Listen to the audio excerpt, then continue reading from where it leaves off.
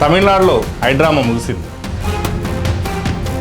విజయ్కే పట్టం కట్టాల్సిన పరిస్థితి ఏర్పడింది. విజయ్ సినిమా హీరోనే కాదు, ప్రజల హీరో కూడా.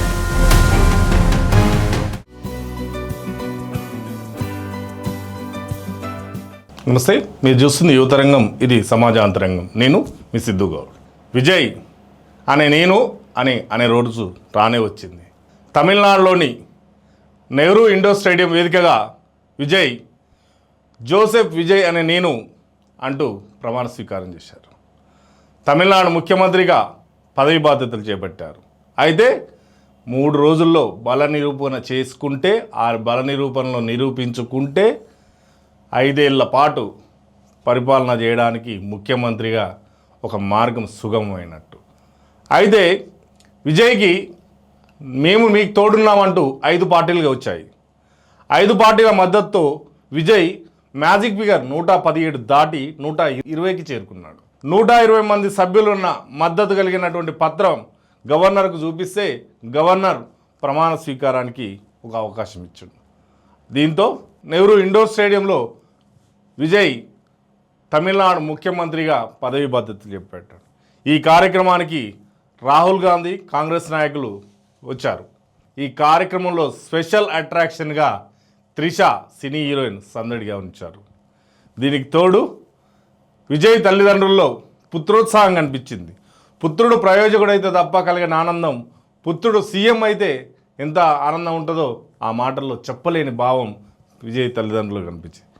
ఇవన్నీ ఒక ఎత్తు అయితే, విజయ్ గత 5 రోజులుగా పడ్డటువంటి కష్టం, గత 5 రోజులుగా పడ్డటువంటి టెన్షన్, గత 5 రోజులుగా ఉన్నటువంటి అన్ని పరిస్థితులను మర్చిపోయి ఫ్రీగా తన పదవి బాధ్యతలు చేపడుతూ ప్రమాణ స్వీకారంలో చాలా ఉత్సాహంగా కనిపించాడు. ఉత్సాహంగా కనిపించడమే కాకుండా సీఎం అనేటువంటి ఒక అహమో, సీఎం అనేటువంటి ఒక ఫీలో లేకుండా ఒక సాదాసీదా పౌరుడిలాగా ప్రమాణ స్వీకారం చేసిండు. విజయ్ అనే నేను మీ బిడ్డను, విజయ్ అనే నేను మీ తమ్మిని, విజయ్ అనే నేను మీ అన్నను, విజయ్ అనే నేను మీ అన్న తమ్ముడిని, మీ ఇంటి సభ్యుడిని అని చెప్తూ చాలా ఉత్తేజభరితమైనటువంటి, తమిళనాడు ప్రజలకు చాలా దగ్గరగా చేరువైనటువంటి ఉపన్యాసం చాలా గొప్పగా చేశాడు. విజయ్ 3 ఫైళ్ల పైన సంతకం చేసిండు. తొలి సంతకం తన ఎన్నికల మేనిఫెస్టోలో ఇచ్చినటువంటి తమిళనాడు ప్రజలకు 200 యూనిట్ల విద్యుత్ ఉచితంగా ఇస్తున్నట్టు తొలి సంతకం చేశాడు. రెండోది, తమిళనాడులో మహిళలకు భద్రత కరువైందని, భద్రతను పెంచేందుకు మహిళలకు షీటిప్స్ తరహాలో ఒక లీగల్ వ్యవస్థను ఏర్పాటు చేసి భద్రత కల్పిస్తా అంటూ 2వ సంతకం చేసిండు.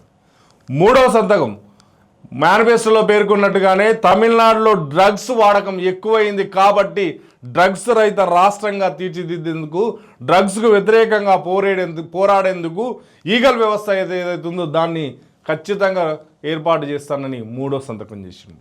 తర్వాత కష్టమేంటో తెలుసు, నేను మీ వాడిని, పేదరికం నాకు తెలుసు, ఆకలి విలువ నాకు తెలుసు, కాబట్టి ఇది అది చేస్తాను, నేను ఉత్తమాటలతో మీకు కాలం వృధా చేయలేను, నాతో సాధ్యమయ్యే ప్రతిదీ మీకు చేస్తాను, మీకు తోడుంటాను, మీకు అండదండగా ఉంటాను, పారదర్శకమైనటువంటి పరిపాలన అందిస్తానని చెప్పి చాలా మెచ్యూరిటీ కలిగినటువంటి ఒక రాజకీయ నాయకుడిగా, పరిణతి చెందినటువంటి ఒక రాజకీయ నాయకుడిగా తన ప్రసంగాన్ని చేశారు. విజయ్ యొక్క మాటలు చూస్తుంటే, విజయ్ యొక్క ప్రసంగం చూస్తుంటే, విజయ్ యొక్క వ్యవహారం చూస్తుంటే, విజయ్ చెప్పేటువంటి విజయం ఏదైతే ఉందో ఖచ్చితంగా ప్రజల మధ్యలో పదిలంగా ఉండేలా కనిపిస్తుంది. విజయ్తో పాటు 9 మంది మంత్రులు కూడా ప్రమాణ స్వీకారం చేసిర్రు. ఆ 5 పార్టీలు మద్దతు ఇచ్చిన వాటిల్లో బయట నుంచి సిపిఐ, సిపిఎం మద్దతు ఇస్తున్నట్లు చెప్పారు. ఇంకా మేము డిఎంకే కూటమిలోనే ఉన్నామని చెప్పి మద్దతు మాత్రం అస్థిర ప్రభుత్వం కాకుండా సుస్థిర ప్రభుత్వం ఏర్పాటు చేయాలని, ఎన్నికల ఖర్చు మళ్ళీ పోయి పెరగకుండా ఉండాలనే ఉద్దేశంతోనే మేము విజయ్కి, టీవీకేకి మద్దతు ఇస్తున్నామని చెప్పి సిపిఐ, సిపిఎం వాళ్ళు పేర్కొనడం జరిగింది. కాంగ్రెస్ ఖరాఖండిగా డిఎంకే నుంచి మేము బయటికి వచ్చినాం, విజయ్ వెంటనే మేము ఉంటాం, కాబట్టి విజయ్కే మా మద్దతు అని చెప్పి కాంగ్రెస్ ప్రకటించి ఆ మద్దతును అక్కడ చూపించడం జరిగింది. ఇక వీసీకే, ఏఐయుఎంకే పార్టీలు ఆ అంతర్గతంగా కొంత మద్దతు ఇచ్చినప్పటికీ ఇక్కడ 120 ఎమ్మెల్యేల మద్దతుతోటి విజయ్ ప్రమాణ స్వీకారం చేశారు. తమిళనాడు ముఖ్యమంత్రిగా బాధ్యతలు కూడా చేపట్టబోతున్నారు. అయితే విజయ్ మాట్లాడినటువంటి విధానం ఏదైతే ఉందో, విజయ్కి ప్రజలు కట్టినటువంటి అభిమానం ఏదైతే ఉందో అది ఖచ్చితంగా విజయ్ మాటల్లో మనకు కనిపిస్తుంది. విజయ్ తమిళనాడు ప్రక్షాళన కోసం ఒక ప్రణాళికాబద్ధమైనటువంటి ఆలోచనతోటి రాజకీయాల్లోకి వచ్చినట్టు కనిపిస్తున్నది. విజయ్కి సినీ వాళ్ళు కూడా ఎక్కడ కూడా మద్దతు బహిరంగంగా ప్రకటించలేదు. అయినా ఒంటరిగా ఒక్కటే పోరాటం చేసిండు. ఒంటరిగా ఎంత ఎదురైనా కానీ అధైర్యపడకుండా ముందుకెళ్ళిండు. ఎన్ని కష్టాలు వచ్చినా కానీ వాటిని తట్టుకొని వచ్చిండు. విజయ్ సినిమాను డిఎంకే ప్రభుత్వం అడ్డుకుంది. విజయ్ యొక్క రాజకీయ సమావేశాలను డిఎంకే ప్రభుత్వం అడ్డుకుంది. విజయ్ సమావేశంలో జరిగిన తొక్కిసలాట ఏదైతే ఉందో తనని ఇరికిచ్చేటువంటి కుట్ర కూడా చేసింది. అయినా విజయ్ ఎక్కడ అధైర్యపడలే. విజయ్ ప్రజలను నమ్ముకుండు. విజయ్ తనకు ఉన్నటువంటి సిద్ధాంతాన్ని నమ్ముకుండు. విజయ్ ఏ ఆలోచనతో రాజకీయాలకు వచ్చినో ఆ ఆలోచనలను అక్కడ అమలు చేసే దిశగా ముందుకు రావడం కోసమే వచ్చి ఇక్కడ విజయం సాధించాడు విజయ్. అయితే విజయ్కి ఎవరు బలము ఎవరు సపోర్టో కాదడ. విజయ్ తను నమ్ముకున్న ఆశయమే తన బలంగా ముందుకు వచ్చిండు. కాబట్టి విజయ్ ఇక్కడ విజయం అందుకున్నాడు. విజయ్ చెప్పినటువంటి సిద్ధాంతాలు ఏదైతే ఉన్నాయో ఆ సిద్ధాంతాలు ప్రజలకు కూడా చాలా నచ్చినాయి. విజయ్ ఎన్నికల్లో ప్రకటించినటువంటి మేనిఫెస్టో ఏదైతే ఉందో అది కూడా ప్రజలకు నచ్చింది. అందుకే ప్రజలు విజయ్కి పట్టం కట్టారు.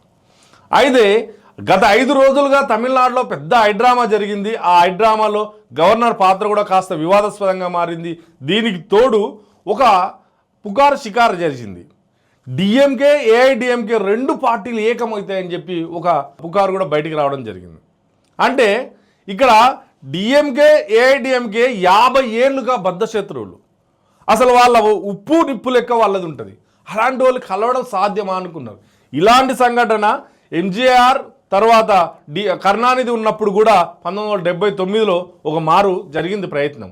కానీ అప్పుడు ఆ మాటలు వాళ్ళిద్దరి మధ్య జరిగినటువంటి మాటల వల్ల ఆ పొత్తు మళ్ళీ కుదరలే.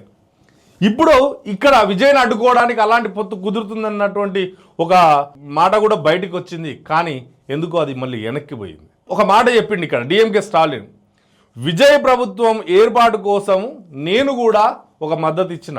ఎలా అంటే మళ్ళీ ఎన్నికలకు పోయి రాష్ట్రం మీద ఎన్నికల భారం పెంచకుండా నాతోని ఉన్న ఎవరైతే ఉన్నారో వాళ్ళు బహిరంగంగా వెళ్ళి అతనికి మద్దతు ఇవ్వచ్చు, అతని ప్రభుత్వాన్ని ఏర్పాటు చేసడానికి ఒక అవకాశం ఇవ్వచ్చు, నేను పోవద్దు అని చెప్పడం లేదు అని చెప్పి డిఎంకే అధినేత స్టాలిన్ ఒక స్టేట్మెంట్ ఇచ్చాడు. అంటే తమిళనాడులో ఒక సుస్థిర ప్రభుత్వం అనేది ఉండాలి, తమిళనాడులో అస్థిర ప్రభుత్వం ఉండకూడదు అని చెప్పి స్టాలిన్ చెప్పినటువంటి మాట. అదేవిధంగా టీవీకేకు, టీవీకే ముఖ్యమంత్రికి, టీవీకే మంత్రులకు, టీవీకే పార్టీకి కూడా శుభాకాంక్షలు తెలియజేసిండు స్టాలిన్. పళనిస్వామి కూడా వీళ్ళకు విజయ్కి, విజయ్ యొక్క మంత్రికి వర్గానికి శుభాకాంక్షలు తెలియజేసిండు. ఇక్కడే ఒక చిన్న డౌటు, బల నిరూపణలో సక్సెస్ అయి ప్రభుత్వం ఏర్పాటైన తర్వాత ఈ సంకీర్ణ ప్రభుత్వంలో ఉన్నటువంటి పార్టీలు ఏవైతే ఉన్నాయో కలిసి వచ్చిన 5 పార్టీలు, ఈ 5 పార్టీలు విజయ్ని 5 ఏళ్ల పాటు సవ్యంగా పరిపాలన చేసుకొనిస్తాయా, లేదంటే తమ వ్యక్తిగత స్వార్థం కోసం ఏదైనా కండిషన్స్ పెట్టి ఇబ్బంది పెడతాయా? ఈ ఆలోచన కనుక మనం చూసినట్లయితే సంకీర్ణ ప్రభుత్వంలో ఖచ్చితంగా వ్యక్తిగత లాభాల కోసం మద్దతు ఇచ్చినటువంటి పార్టీలు ఇబ్బంది పెట్టే అవకాశం లేకపోలేదు. కాకపోతే వాళ్ళ ఇబ్బందులను తట్టుకుంటూ వాళ్ళ డిమాండ్లను పరిష్కరించడమా, లేదంటే వాటిని వాయిదా వేయడమా, లేదంటే వాటికి అనుకూలంగా ఏదన్నా ఆ ప్రత్యామ్నాయమైన మార్గాన్ని చూపించుకుంటూ ముందుకెళ్ళినట్టయితే విజయ్ తప్పకుండా 5 ఏళ్ళు తను సీఎంగా కొనసాగుతాడు. కాబట్టి ఈ సంకీర్ణంలో ఆలోచనలు బాగా ఉండి ఈ సంకీర్ణంలో ఎత్తుకు పై ఎత్తేసేటువంటి వ్యక్తిగత పార్టీల యొక్క ఆలోచనలకు భిన్నంగా ఉండి వాటిని పరిష్కరించేటువంటి సమర్థవంతంగా ముందుకెళ్తే విజయ్ 5 ఏళ్ల పాటు విజయవంతంగా పరిపాలన కొనసాగిస్తారు. తర్వాత ఇచ్చే ప్రజల తీర్పుతోటి మళ్ళీ కూడా భవిష్యత్తులో కొనసాగవచ్చు. కానీ ఏదేమైనా విజయ్ సినిమా హీరోనే కాదు, ప్రజల హీరో కూడా. విజయ్ రియల్ హీరోనే కాదు, రియల్ హీరో కూడా. విజయ్ యొక్క పరిపక్వత, రాజకీయ పరిణతి ఏదైతే ఉందో అది అందరం అభినందించాల్సినటువంటి అవసరం ఉంది. కాబట్టి విజయ్ ఆల్ ది బెస్ట్. మీరు ముఖ్యమంత్రిగా ప్రజల స్థానం పొందినటువంటి మీరు రాజ్య పాలనలో కూడా విజయం అందుకోవాలని కోరుతూ ఇది ఈరోజు టాపిక్. మళ్ళీ ఇంకో టాపిక్తో కలుద్దాం. సెలవు, నమస్తే.